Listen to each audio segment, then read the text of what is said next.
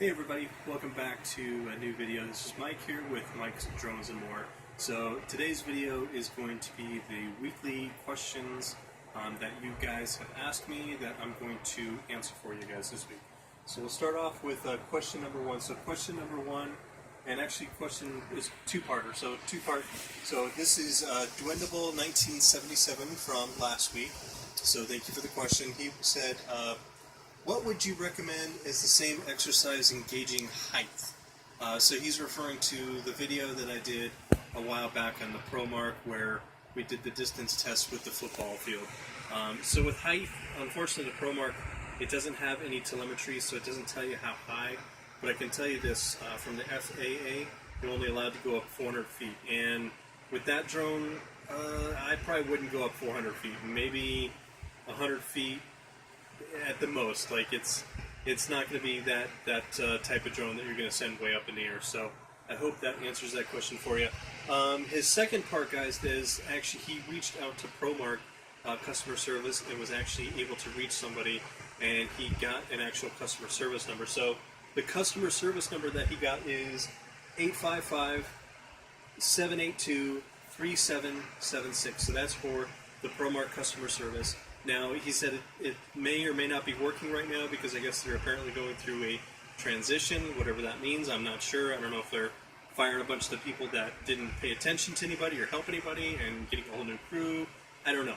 So I have no idea. So the next question comes from John C. So John C. says, he wants to know basically how I find deals on like drones and things like that. So there's lots of different places you can look. You can look at GearBest, you can look at Banggood, all the different places. Sometimes, Best Buy, Walmart, wait for like Black Friday sales, things like that. Look on Craigslist sometimes, and you just got to be careful with them. Check them out really good. Have somebody go with you that maybe knows a lot about electronics and drones and things like that. You can also check like the Facebook Marketplace. A lot of people let go, so a lot of places, people are just doing like upgrades and they're looking to get into a bigger drone, so you can find some really good deals that way, and that's just how I always check everything out. Also check, GearBest always has like flash sales, so check all those different sites out, compare the different sites and see which one you'll get a better deal on. Sometimes they'll have like a 24-hour sale, so it just all depends. You guys kind of keep looking. So I hope that answers that question for you. This next question comes from Spencer. I hope I say it right, either Gross or Gross. So he wants to know, recommend a first-time photography drone. He says, I'm 13 and I'm looking to take pictures from it. He said, but I don't want a crappy, dull, cheap-looking picture, not wanting to break the bank, obviously. So if you're looking to kind of get into the drones, to do some photography and things like that, you could do the Bugs 2. It's stable. It doesn't have the greatest camera in the world. It is 1080p, but it takes some decent pictures. It's not that bad. If you're looking for a little bit better with an actual like stabilized gimbal, check out the DJI Spark, because you can get the Spark with just the drone and the stabilized gimbal, no controller, but you can control it with your phone for like $499. That's not bad for $500. I know it's kind of expensive and you do have to, but again, check online, check on Craigslist, because there's always people that are, in a bad situation. Unfortunately, you can gain from that where, they may need to pay a bill or something, or check pawn shops. Sometimes people pawn stuff, and you can find stuff there too. So hope that answers your question for you. And the last question, hope I say your name right. This comes from Anthony Nunya. I hope I said that right. And Anthony wants to know the difference between a brushed motor and a brushless motor. So I got a couple of examples for you here.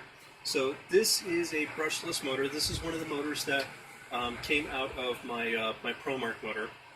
And so with a brush motor, inside you can't see it, but there's basically the magnet is what makes the motor go around. Basically, there's a little tiny magnet in here, and those two brushes, the polarizing of the magnet is going to make it spin faster. So eventually those little brushes, and they're not like a brush like a comb like you would think, but it's actually just like a little piece of metal on each side of the motor that spins quite quickly, and that's what causes the force. But these are not quite as efficient They're not going to give you as much power that you would with a brushless motor, and of course they are going to wear out a whole heck of a lot faster than a brushless motor. Now, here's a racing brushless motor. This is the one that I'm going to be building. So with a brushless motor, you can see it spins a lot faster. It's a lot more quiet, so it's faster, quiet. You're going to get a lot more performance out of a brushless motor. You're going to get probably 2 to 3 times, depending on the motor size and everything like that, the power that you would with a brushless motor than you would with one of these brush motors. Brushless motors also tend to not go out quite as quick. I mean, I've had my DJI Phantom for almost over a year now, and it's still got brushless motors, quiet as ever, plenty of power, everything like that. So the main difference is this is brushless. It doesn't have those brushes. It's just going to give you better performance, better quality. You're going to have better flight times. You're going to have better punch with a brushless motor. I mean, everything about a brushless motor is just better than a brushless. And that's why when you look typically the toy grade quadcopters and drones, they typically will have these brush motors because they're a lot less expensive.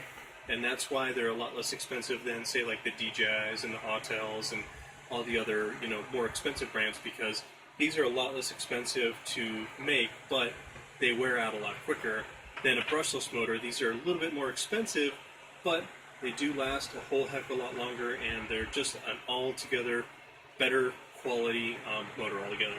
So I hope that answers everybody's questions. I'm going to be doing a video on the King Kong fly egg this week. I'm not going to tell you what the video is about, so keep your eye on that. We'll just say it was a epic fail with the King Kong fly egg, and it didn't have anything to me with the pilot itself, but I did have a motor that burnt out, so I'll share that with you guys later this week, and I'm going to be replacing and swapping out the motors and changing that, so that'll be coming in the next few weeks or so, stuff like that. So guys, I hope I answered all the questions. I tried to go through the comments, there were so many of them, and get all the questions I could, so I appreciate all the questions. Keep them coming, guys. One thing I wanted to say that's kind of been bugging me here for the last few days. So, this last weekend, I got a random phone call on my cell phone. I'm not going to say who it was, but it was somebody from New Jersey. This person found my telephone number. Now, you guys know I have a drone business, and my telephone number is for my customers that are needing service. So I got a random phone call from somebody that had a question about a drone that they seen on my YouTube channel. I didn't return his phone call. I immediately blocked his telephone number. So I asked you guys for privacy. I've asked that in the past. My phone number is floating out there. You can find it from my website. Do not call my cell phone. If you call my cell phone, 1, I won't answer the phone. 2, I'll block your phone number if it's a YouTube, because I have family, I have a wife, I have kids, and this is for my drone business. It's a professional number that people call me and get quotes on service that I go out. I am not, I don't mind answering you guys' questions. I love answering you guys' questions as much as I can, but I am not your personal technical support. So please, I ask you, do not call my phone, or, also don't try and reach out to me directly on Facebook. Because if you do, you send me a direct message to my personal Facebook, I'm not going to respond to it. There's plenty of ways that you guys can ask questions. You've got YouTube. You've got my, Facebook page, that you can ask questions on. There's the YouTube discussion. There's Instagram. I've got Twitter. I mean, we've got so many different options that you guys can go, including YouTube. YouTube, I'm most active because I answer all those questions. There are other people in the community that if you answer a question, they will help you out. So I just ask for, just like you, I have family. I have a personal life outside of YouTube, outside of my job.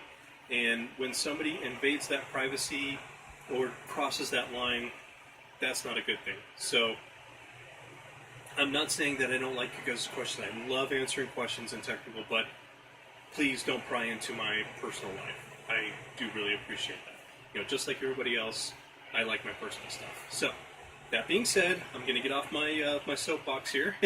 But thank you guys for all the awesome comments and the support. I really do truly appreciate it.